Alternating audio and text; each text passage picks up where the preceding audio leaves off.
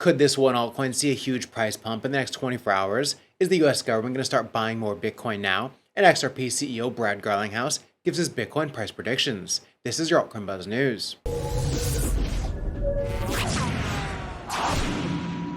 Hey, what's up everyone? My name is Cody, and if you're new here, make sure to like, subscribe, and turn on notifications so you know when I drop latest content. Follow us on Twitter, altcoinbuzz.io, and as always, not financial advice, and wish the best of luck in your crypto ventures. Alright, you guys, so Bitcoin is holding up decently well. Actually, we wanted this to happen last week. We said it would look good for Bitcoin if it could break above this, reclaim this level, and hold, and it's actually done exactly that. So this is exactly what we were looking for Bitcoin. It does look very bullish, although I will say I'm a bit optimistically cautious right now. This does look bullish, but I still feel like the worst isn't over yet. I still feel like it's possible we could go down because we are just kind of delaying tariffs. So while it does seem bullish on the charts and it looks pretty bullish overall, I'm just a little bit optimistically cautious because of the whole headlines going on right now, everything going on in the world.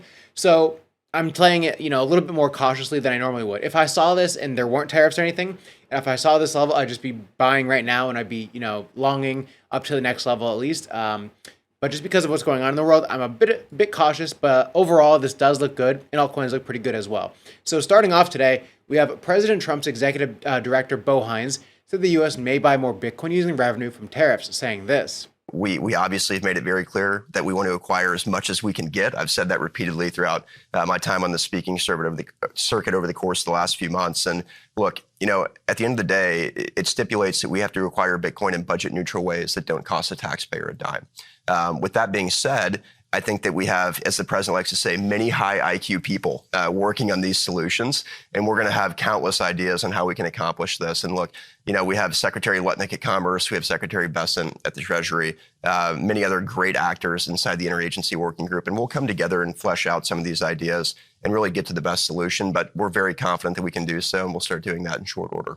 And at the same time, Scott Bessent says this about Fed Chair Jerome Powell, who will take over his spot in 2026. Comes to the Fed chair, his term is up May 2026. So we're almost 12 months out from that. When are you going to start to think about, have these discussions with the president about who should lead the Fed? Well, we think about it all the time. I think when are we going to start the interviewing candidates? And that'll be sometime in the fall. In the fall, so about 6 months lead time. Yep. So following up on that, the Kobayashi letter says that the Fed Chair Powell's term ends in 13 months, yet a new Fed Chair candidates are already being discussed. The Trump administration knows economic weakness is coming from tariffs in 2025. This sets up perfectly for 2026 to be the year of interest rate cuts and economic stimulus with newly appointed Fed Chair. Play the market you have, not the market you want. So we could see interest rate cuts towards the end of the year or into 2026 as a new Fed Chair is coming out.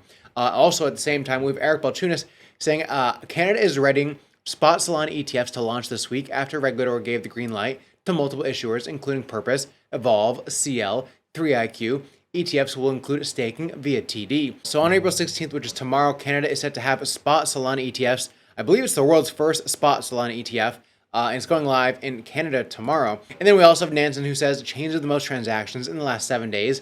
Solana at 355 million, Tron at 59, Near at 53, Base at 48, and Aptos at 32. So Solana is so much farther, it's almost 300 million transactions farther than the second place Tron at 59 million. We also have Fabiano saying, in the last 24 hours, Solana's 1.18 million generated twice as many fees as Ethereum at 500K. All of that while having 300 times cheaper transaction fees. This is how much fees you pay per 1 million transactions on both chains. So Solana's seeing a lot of renewed interest. It seems like a lot of on-chain stuff is popping off again. And also we have Solana Floor saying, over $120 million has been bridged to Solana from other chains in the last 7 days, and this includes over $70 million from Ethereum alone. So Solana is one of the ones that I actually said last week also, if we can reclaim this level at 125, we are looking pretty good. And just like Bitcoin, it does look pretty good right now. I do think this goes a little bit higher, maybe also with the spot Solana ETF. As long as New York Open today doesn't, sell off heavily, I do think this is possible. It could go higher, at least to 140, but then it would probably gap up here towards this 169 again soon. Will we continue higher through this next major level of resistance? I'm not entirely sure. I think it really depends on Bitcoin and tariffs. But I could see us at least coming up to here, the next level of resistance at 143. And then if we manage to break through this level of resistance, the gap between this area right here is pretty thin. So I think we'd probably teleport towards $169 pretty quickly if we do break above 145. So that is Solana looking pretty good overall. Just like Bitcoin, I'm a bit optimistically cautious, cautiously optimistic on this, but yeah, we'll see. So Solana looking good. Then we have XRP will lead with adoption from retail institutions and their actions. So Brad Garlinghouse was on Fox saying this. President Trump has made big strides that are very pro-crypto. It's got to be great for somebody like you. However, the price of, let's just say, Bitcoin, which reached a high after the election of something like $107,000, is nowhere near that now. I think we're around 86,000 and change, but it's been a market drop. When do you foresee this moving back up? Because we've seen all kinds of wild projections of something like $250,000 per Bitcoin by the end of this year to people who say this thing's going down. Yeah. When I think about that, your last guest, Larry Fink, talked about just taking the long-term view. Right. And I almost don't think about it in that kind of short-term time frame. I think about what are the macro trends playing out for the crypto industry, for the XRP ecosystem. XRP has been the best performing major crypto in the last 90 days. We think about it as what does that look like over the next 3 years?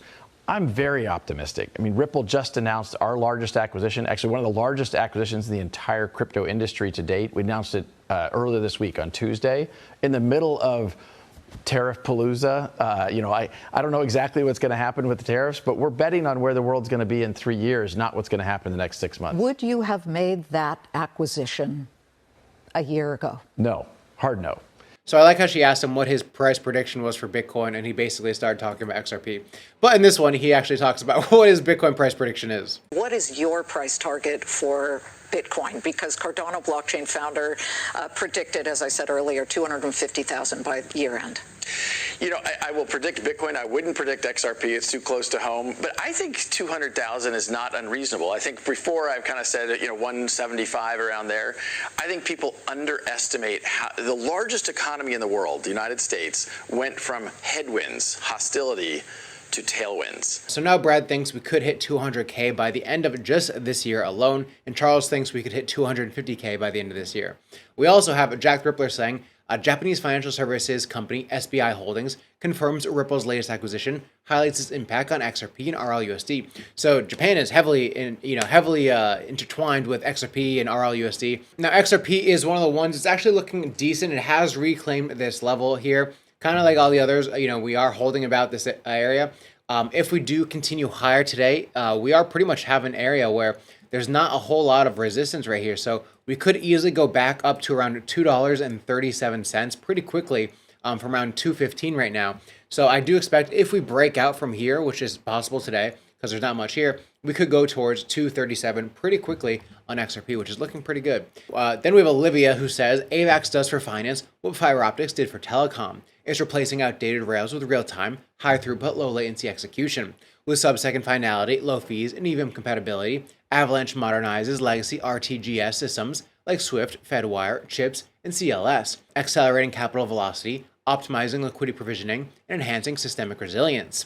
We also have Jesus Martinez saying AVAX has flipped Link, becoming the number 12 crypto globally. So AVAX has been going up while Chainlink is sliding down a little bit in the rankings.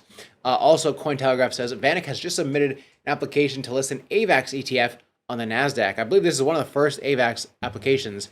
We also have Avalanche, who just recently launched AVAX Octane on its mainnet, which is the first in a series of updates focused on performance improvements and optimizations to the C chain. Driven by ACP 176, this update adopts a dynamic fee mechanism on the C chain, leading to lower transaction costs and improved efficiency during high transaction volume. And then lastly for AVAX, we have a Standard Chartered, the bank, says AVAX could rise to $55 by year end and to $250 by the end of 2029. Hard to say that far out, but $55 is a possibility. We have AVAX currently at $20, so it's about a 2.5x from here.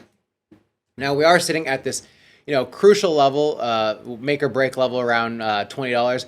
Like I had said previously in videos, this level was support for the longest time. It was a big level of support for it looked like years, but now it's just going back and forth through it. So it's not a level that it really is respecting too much anymore. So if I want to be bullish on AVAX, I really want to see it break through and reclaim this point of breakdown level around here, around at $26. So if we can break above this level, I'll be a lot more bullish on Avalanche in terms of, maybe spot holdings for the long term or, long again. But right now, anything around here, it doesn't really respect this line. You can see here in the support, we're just going up and down through it so much, and it doesn't seem to respect it that much anymore. So not a very good level of support anymore, or resistance.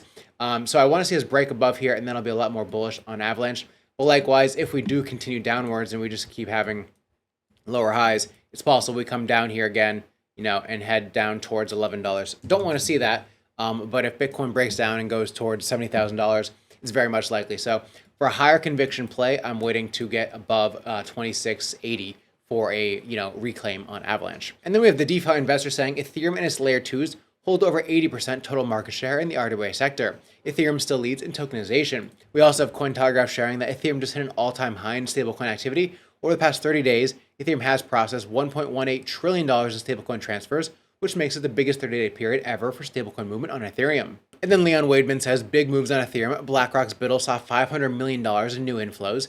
Institutional appetite for Ethereum-based RWAs continues to surge. So it seems like Ethereum is, one of the biggest use cases is for institutions and RWAs, even though whales continue to sell. So it's not the price that whales are looking for. It's just RWAs on Ethereum essentially.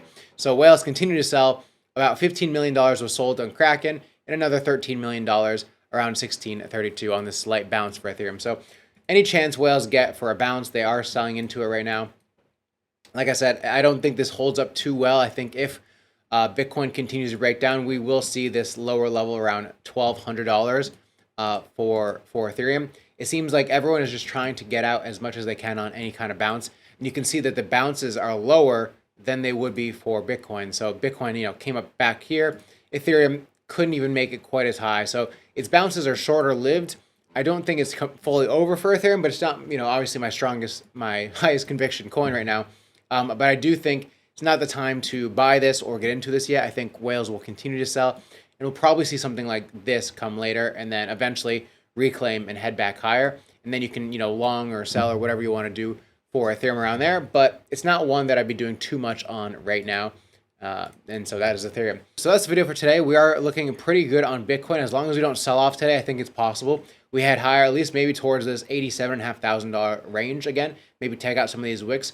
It is very possible that we do a kind of this, where we take out all the liquidity and the resting stops above these levels, and also still continue lower. That is a possibility. It's not one that I want to see, but based on my thesis of the whole macro not being completely over yet, I think we could see lower numbers still. And if we took out all the liquidity above here, it'll allow us to then go down lower because we need liquidity to push lower. And so if we took out all these stops here, it is possible we could then run the lows back down this way. That's a possibility. But right now, overall, it is looking pretty decent. So yeah, that's the video for today, guys. Hope you enjoyed, and I'll see you tomorrow.